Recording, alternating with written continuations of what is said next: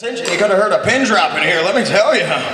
Well, it has been a swell evening, everybody, and thank you for being here for it. I can't remember a finer time I've ever had here at Cafe International, so thanks for being here. Give yourselves a big hand, and don't forget to drop a couple of bucks in the tip jar on your way out, because don't forget who's cleaning up.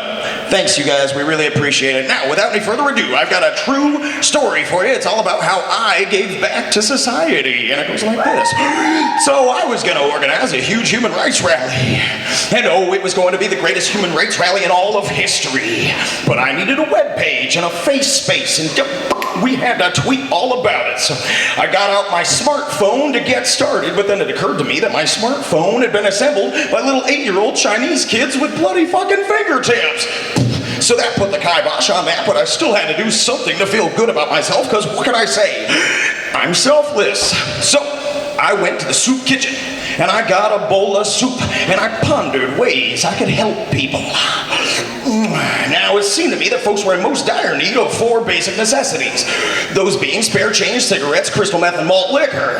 See, these are the things they're actually begging for in the streets anyway, so then I had an epiphany. And I went to the bank and I withdrew 1,000 rolls of pennies. Then I used my Safeway Club card to rake in the savings on their entire stock of Steel Reserve. Then I drove all night in the rain to buy carton upon carton of tax-free cigarettes from the Native Americans. Then I called in a big favor from my Uncle Dano. And the next day I was ready to give back to society. At dawn on the corner of O'Farrell and Leavenworth, I studded the streets with chunks of meth crystals and hid packs of mentholated cigarettes in the nooks and crooks and crannies, like they was Easter eggs. Then from the roof of a tall building, I set up what could only be described as a malt liquor water slide with an inflatable wading pool full of it at the bottom. Then they began to flock. The poor, the needy, the destitute, the toothless masses swarmed in like hungry locusts, and they fed on the treasure they found and bathed in beer like it was the fountain of youth. I watched in reverie as I cut little nicks in the penny rolls with a razor blade. Then I slid down a slide while bombarding them with my own handmade spare change grenades. Pow, pow, pow, pow, pow, pow! Oh, they kicked and gouged like children grabbing up candies at parades. Then they lifted me to their shoulders like I was Robin Hood, and they, my merry men, and their staph infections faded away, and their fingers unclubbed, and their boils melted like popsicles in the sun.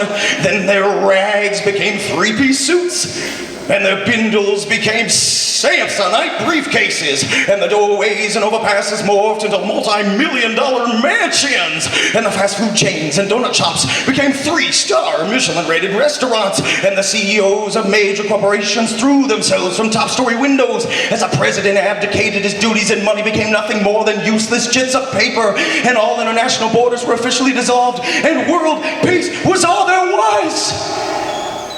And that's when he appeared to me, descending down from the open heavens on a chariot of light, the cheerful bearded face of the man in the sky.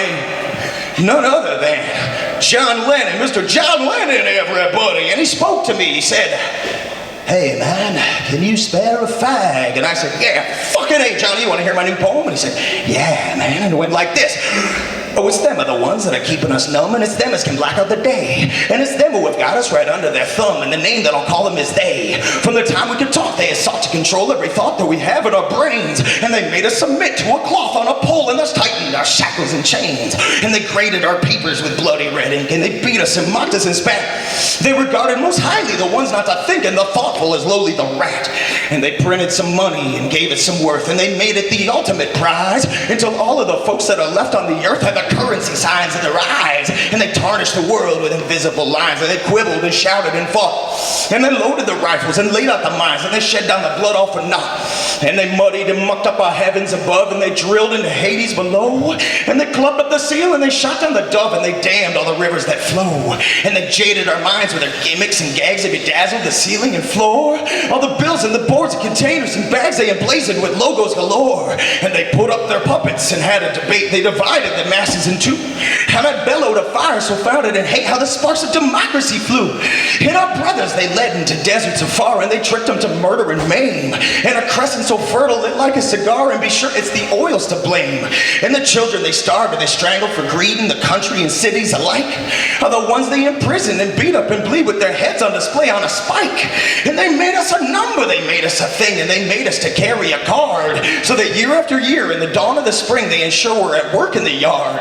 And our mothers and sisters they treated as swine, and the natives they stomped in the dirt, and they auctioned off humans so whipped to the spine, and they never cared who they might hurt. But it's us are the ones with the numbers so vast. Look, it's us that can settle the day, and it's us that can make they a thing of the past. But we haven't done anything yet.